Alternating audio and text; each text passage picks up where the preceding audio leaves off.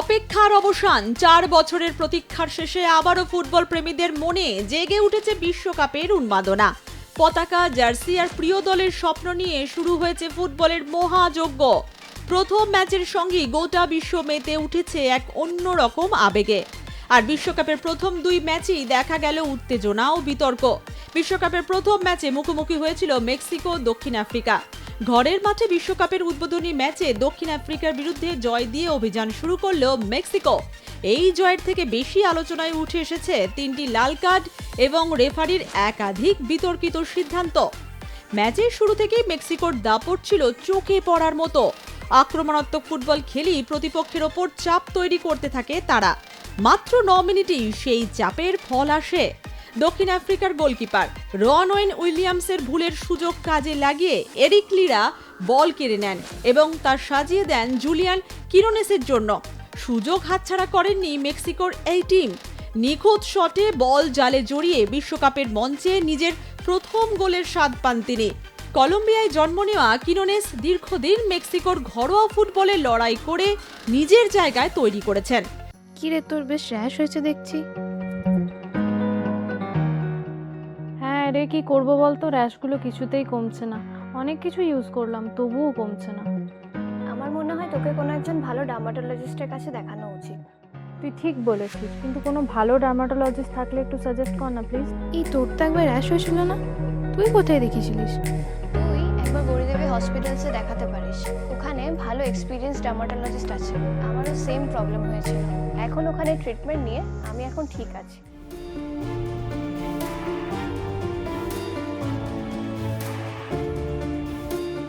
গৌরী দেবী hospital, Rajbandh, Durgapur. যোগাযোগ 8001003333, 8001113333।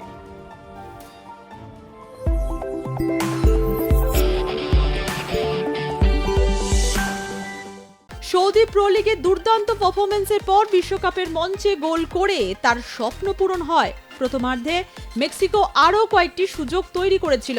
কিনোনেসের একটি দুর্দান্ত শট পোস্টে লেগে ফিরে না এলে ব্যবধান আরও বাড়তে পারত।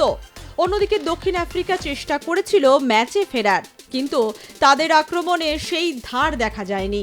মেক্সিকো রক্ষণ ভাঙার মতো ধারাবাহিক আক্রমণ তৈরি করতে পারেনি তারা। ফলে ম্যাচের কিছু সময় গতি হারালেও নিয়ন্ত্রণ ছিল মেক্সিকোর হাতেই। দ্বিতীয়ার্ধে আবারও নিজেদের শক্তি দেখায় মেক্সিকো। 67 মিনিটে রবার্তো আলভারেরোর নিখুঁত ক্রস থেকে দুর্দান্ত হেঁটে গোল করেন রাউল জিমেনেজ। এই গোল শুধু দলের জয় নিশ্চিত করেনি, বরং জিমেনেজের ব্যক্তিগত লড়াইয়েও এক বিশেষ মুহূর্ত হয়ে রইল। কয়েক বছর আগে ক্লাবের হয়ে খেলতে গিয়ে ভয়াবহ মাথায় চোট পেয়েছিলেন তিনি। সেই সময় তার ফুটবল জীবন নিয়ে তৈরি হয়েছিল অনিশ্চয়তা। কঠিন সময় পেরিয়ে বিশ্বকাপের মঞ্চে মাথা দিয়ে গোল করে নিজের প্রত্যাবর্তনের গল্প লিখলেন জিমেনেজ। চোখের জলও ধরে রাখতে পারেননি তিনি। 2-0 ব্যবধানে জয় পায় মেক্সিকো। তবে ম্যাচের সবচেয়ে বেশি আলোচনায় ছিলেন ব্রাজিলের রেফারি উইলটন পেরেইরা স্যাম্পাইও। তার একাধিক সিদ্ধান্ত নিয়ে তৈরি হয় বিতর্ক। এই ম্যাচেই বিশ্বকাপের উদ্বোধনী ম্যাচে প্রথমবার 3টি লাল কার্ড দেখানোর ঘটনা ঘটল। দক্ষিণ আফ্রিকার ইয়ায়া সিথলে প্রথম লাল কার্ড দেখেন। তারপর তেম্বা জোয়ানকেও মাঠ ছাড়তে হয়। পরে মেক্সিকোর সিজার মন্তেসো লাল কার্ড দেখেন। রেফারির কিছু সিদ্ধান্ত নিয়ে প্রশ্ন উঠলেও শেষ পর্যন্ত মেক্সিকোর জয় আটকানো যায়নি। মেক্সিকোর এই জয় শুধু 3 পয়েন্টের জয় নয়, এর সঙ্গে জড়িয়ে রয়েছে একটা ইতিহাস। মনে পড়ে যায় 1986 সালের সেই আজটেকা স্টেডিয়ামের কথা।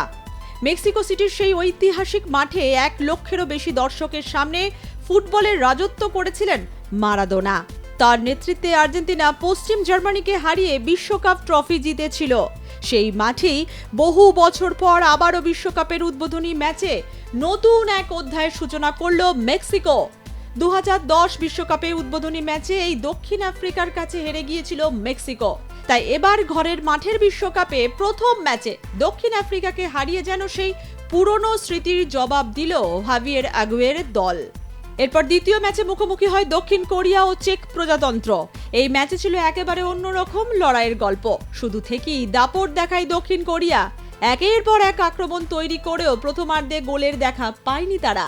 চেক প্রজাতন্ত্র রক্ষণ সামলে সুযোগ খুঁজছিল প্রতি আক্রমণের মাধ্যমে। ফলে প্রথম ৪৫ মিনিট শেষ হয় গোল শূন্য অবস্থায়।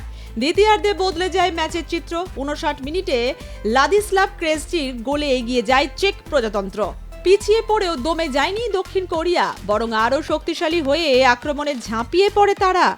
৬৭ মিনিটে হাওয়াংয়ের গোলে সমতা ফেরানোর পর ৮০ মিনিটে হাই ওনের দুর্দান্ত শটে এগিয়ে যায় দক্ষিণ কোরিয়া। শেষ পর্যন্ত ২-১ ব্যবধানে জয় নিয়ে মাঠ ছাড়ে এশিয়ার অন্যতম শক্তিশালী দলটি। পিছিয়ে পড়েও কিভাবে ফিরে আসা যায় সেটাই প্রমাণ করলো দক্ষিণ কোরিয়া।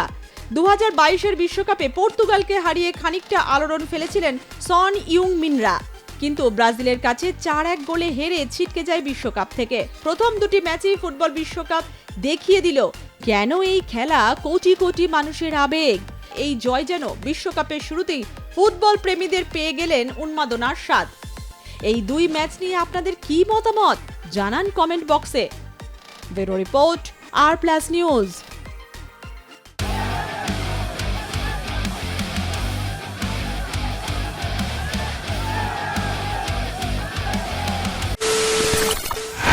খবরের নামে প্রতিদিন সন্ধে আপনার ড্রয়িং রুমে কি শুধুই চিৎকার চেঁচামেচি খেয়ে আসে? বিতর্কের নামে চলে গালাগালি আর কাদা ছোড়াছুড়ি। এবার সময় পরিবর্তনের, কারণ আমরা কান ফাটানো চিৎকারে বিশ্বাস করি না। আমরা বিশ্বাস করি খবরের সত্যতায়।